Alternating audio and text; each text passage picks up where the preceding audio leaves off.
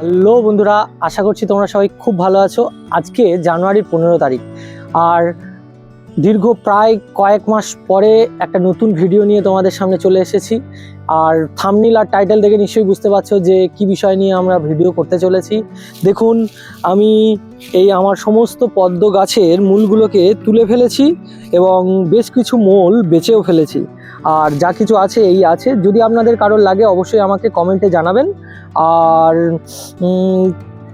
চলুন টপিক নিয়ে, ভিডিওর বিষয় নিয়ে কথা বলা যাক। আজকে আমরা জানবো যে কিভাবে পুরানো বছরের সেই পুরানো মাটিতেই আবার নতুন করে পদ্ম গাছ করা যায়। হ্যাঁ, সারা বছর পদ্ম ফুল ফোটার ফলে যে পদ্মের মাটিটা অনুর্বর হয়ে যায়, এর জন্যে কি হয় না, পরের বছর ওই মাটিতেই আবার পদ্মের মূল পুঁতলে ফুল অতটা ভালো হয় না। গাছ হয়তো হয় কিন্তু ফুল অতটা ভালো পাওয়া যায় না। তাই তার জন্যে কিছু অল্প একটুখানি চেষ্টা করলেই 1 সপ্তাহ থেকে 2 সপ্তাহের চেষ্টায় আপনার ওই পুরনো মাটিটাই আবার হয়ে উঠবে নতুনভাবে উর্বর, আর আপনি সেই মাটিতেই আবার নতুন করে গাছ করতে পারবেন। কি করতে হবে না, এই মাটির সঙ্গে অল্প কিছু 2-3টে জিনিস মেশাতে হবে। কি মেশাতে হবে না, খোল, আর আপনি যদি পারেন তাহলে সিউইড মেশাতে হবে। হ্যাঁ, যারা পদ্ম গাছ করে তাদের কাছে তো সিউইডটা অবশ্যই থাকা দরকার, কারণ সিউইড পদ্মের ফুল ফোটাতে খুব সহযোগিতা করে। তাই দেখুন, আমি আজকে আমার সমস্ত মেজলাতে প্রায় আমি করে ফেলেছি। দেখুন, আজকে আমি আপনাদের এই সাইজের একটা মেজলাতে কিভাবে কতটা পরিমাণ খোল দিতে হবে, কতটা পরিমাণ আপনার সিউইড দিতে হবে সেটা আপনাদেরকে দেখাতে চলেছি। দেখুন, এটা একটা ধান সিদ্ধর মেজলা আর এটা একটা গরুর মেজলা। আমি দুটোর জন্যেই, বা এই গরুর মেজলার জন্য যে পরিমাণ খোল লাগবে, 100 টাকার যে কালো গামলা হয় সেই গামলাতেও সেম পরিমাণ আপনার খোল লাগবে। এবারে আপনাদের হিসেবটা আমি বলে দিই। এই ছোট এইটুকু গরুর মেজলা বা 100 টাকার কালো গামলার জন্যে আপনার 250 থেকে 300 ম্যাক্সিমাম আপনারা খোল একটা গামলার জন্য দিতে পারেন। আর আমি যেহেতু এত বড় একটা গামলার জন্য নিচ্ছি, এই গামলার জন্য আমি প্রায় 400 মতো খোল ভিজিয়ে নিয়েছি। এবং সেটাকে আমি কি করেছি না, আগের দিন রাত্রেবেলা আমি ভিজিয়ে দিয়েছিলাম এই জলের মধ্যে ভিজিয়ে দিয়েছি। দেখুন কি সুন্দর ফুলে পুরো 1 মগ হয়ে গেছে। আমি একটু ঘেঁটে দিয়েছিলাম মাঝখানে, পুরো 1 মগ হয়ে গেছে। এইবার আমি এই খোলটাকে নিয়ে এই পুরানো পাঁকের সঙ্গে মিশিয়ে দেবো। হ্যাঁ, এই পাঁকের সঙ্গে মিশানোর আগে একটা জিনিস খেয়াল করবেন, পাঁকের মধ্যে একটুখানি দেখে নেবেন যে পুরানো গাছের পচা কোনো অংশ যেন না থাকে, একটু বের করে দেওয়াই ভালো। থাকলে অতটা সমস্যা হয় না, কিন্তু যদি নতুন গাছে কোনো প্রবলেম হয় সেই জন্য আমি প্রেফার করি যে এটাকে বের করে দিতে। আর আজকে জানুয়ারির 15 তারিখ, কন্ট্রোভার্সি হচ্ছে দেখছি ফেসবুকে যে এখনো পর্যন্ত পদ্মের ডরমেন্সি কাটেনি, কিন্তু যারা পদ্ম করছে তাদের সবার ডরমেন্সি কেটে গেছে।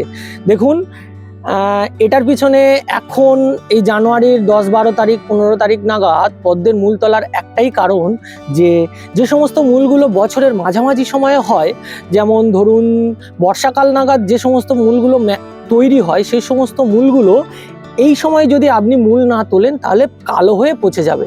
এবারে আপনাদেরকে এটা নিয়ে আমি লাস্টে আপনাদেরকে প্রমাণ দেখাবো। চলুন আগে আমরা ভিডিওর টপিকটাকে সেরে ফেলি। এবারে আমি কি করব, এই 1 কিলো পরিমাণ, এটা হচ্ছে 400 থেকে 450 পরিমাণ খোল নিয়ে আমি এই পদ্মের গামলাতে ঢেলে দেব।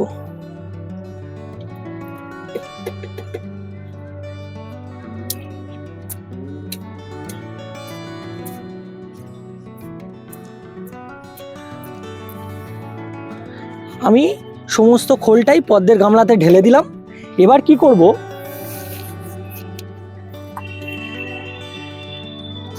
একটা মোটা লাঠি নেব, নিয়ে এই মাটিটাকেই, এই পাঁকটাকে আমি ভালোভাবে এমনভাবে ঘাঁটবো যাতে সমস্ত খোলটা এই পাঁকের সঙ্গে মিশে যায়।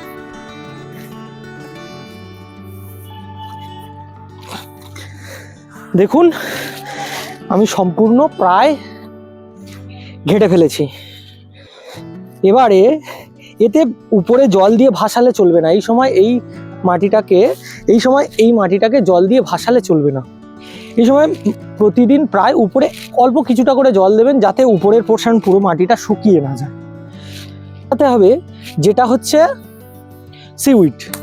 সিউইড দু রকম পাওয়া যায়, গ্র্যানিউল পাওয়া যায়, লিকুইড পাওয়া যায়। যদি আপনারা লিকুইড দিতে চান তাহলে প্রায় 5 ml মতো আপনারা লিকুইড এতে দিতে পারেন। আর যদি গ্র্যানিউল দেন 5 গ্রাম মতো গ্র্যানিউল দিয়ে একটু ছড়িয়ে দেবেন, দিয়ে ভালো করে একটু ঘেঁটে দেবেন, দিলে ও আস্তে আস্তে ওটা ডিজলভ হয়ে যাবে। এবারে আমি আসি যে এই খোলটা এই মাটিতে কতদিন পচাতে হবে। যদি আপনারা এই মাটিতেই এক্ষুনি নতুন টিউবার নিয়ে বসিয়ে দেন তাহলে পুরো টিউবারটাই পচে যাবে, কারণ এই খোলের মধ্যে একটা টেম্পার রয়েছে, একটা নতুন খোলের একটা টেম্পার থাকে, যেটা সদ্য কচি গাছ, ছোট গাছ নিতে পারে না। তাহলে কি করতে হবে না, এই মাটিটাকেই আপনাদেরকে অন্ততপক্ষে 15 দিন আপনাদের পচিয়ে রাখতে হবে। মানে এই অবস্থায় রেখে দিতে হবে, আপনাদের কিছু করতে হবে না, শুধু একটা সপ্তাহ অন্তর এসে আর একবার একটু ঘেঁটে দিতে হবে, যাতে যদি কোনো এক জায়গায় খোলের পরিমাণটা বেশি থাকে সেটা একটু সব জায়গায় মিশে যায়। আর কিছুই করতে হবে না। হ্যাঁ, ভিডিও শুরুতে আমি বলেছিলাম যে এখন বহু মানুষ বলছে যে পদ্মের কোনো ডরমেন্সি কাটেনি, অথচ অনেকে পদ্মের টিউবার তুলে ফেলছে। এটা নিয়ে আমি একটা জিনিস, নিজস্ব মত, এটা আমার ব্যক্তিগত মত, আমি কোনো কোনো বিরোধিতার মধ্যে যেতে চাই না, এটা আমি আমার নিজস্ব মত জানাতে যাচ্ছি যে আমি গত বছর প্রায় ফেব্রুয়ারির মাঝামাঝি সময়ে পদ্মের টিউবার তুলেছিলাম। তাতে কি হয়েছিল যে আমি বেশ কিছু টিউবার পচে যেতে দেখেছি। তাই এবছর আমি কি করেছি যে এবছর আমি এই জানুয়ারির মাঝামাঝিতে আমি টিউবারগুলো সব তুলে ফেলেছি। দেখুন সমস্ত টিউবার সাদা আছে, কিন্তু আপনাদেরকে দেখাই এই একটা টিউবার, দেখুন এই একটা টিউবার একটু লালচে হয়ে গেছে। আবার দেখুন আমি বেশ কিছু বেচেও ফেলেছি। দেখুন এই ধরনের টিউবার যেগুলো হচ্ছে দেখুন লালচে হয়ে গেছে, কিন্তু আবার দেখুন যে এই ধরনের যে টিউবারগুলো, এগুলো রানার টিউবার নয় যদিও, এই যে রানারগুলো দেখুন কত সুন্দর ধকধকে সাদা আছে। তার মানে কি এগুলো শীতের আগেই তৈরি হওয়া, তার জন্য এগুলো এতটা সাদা আছে। আর এগুলো অতটা নষ্ট হয় না ফেব্রুয়ারির মাঝামাঝিতে তুললে, কিন্তু যে সমস্ত টিউবারগুলো ধরুন এই সমস্ত কালো, এই ধরনের কালো হয়ে গেছিলো, মানে একটু আগে তৈরি হওয়াগুলো, সেগুলো কিন্তু সব ধীরে ধীরে পচে যেত। আর যেহেতু আমার পদ্মের টিউবার বেচতেও হয়, কিছু আমাদের আশেপাশে বেচতে হয়, আমাদের আশেপাশের নার্সারিরাও আমার কাছ থেকে কিছু নিয়ে যায়, তাই আমি এবছর কি করেছি যে টিউবারগুলোকে একটু আগে তুলেছি। এবারে অনেকের অনেক মত থাকতে পারে, তার জন্য আমি কিছু বলতে চাই না। আমি এইটুকুই বলতে চাই যে আপনারা যাই করুন না কেন, শুধু আপনাদের কাছে পদ্মের গাছটা ভালো যাতে হয় আর পদ্ম ফুল যেন খুব ভালো ফোটে। আমাদের সবারই উদ্দেশ্য পদ্ম ফুল নিজেদের বাগানে ভালোভাবে ফোটানো। কেউ শখের পারপাসে ফোটায়, কেউ বা বিক্রির পারপাসে, কেউ বা নিজেদের আরাধ্য দেবী ভগবানের জন্য তৈরি করে। আমি যেমন পদ্ম গাছ চাষ করি, আমাদের রাধা মাধব আছে, রাধা মাধবের জন্য। তাই আমি চাই আপনারা সবাই ভালো থাকুন।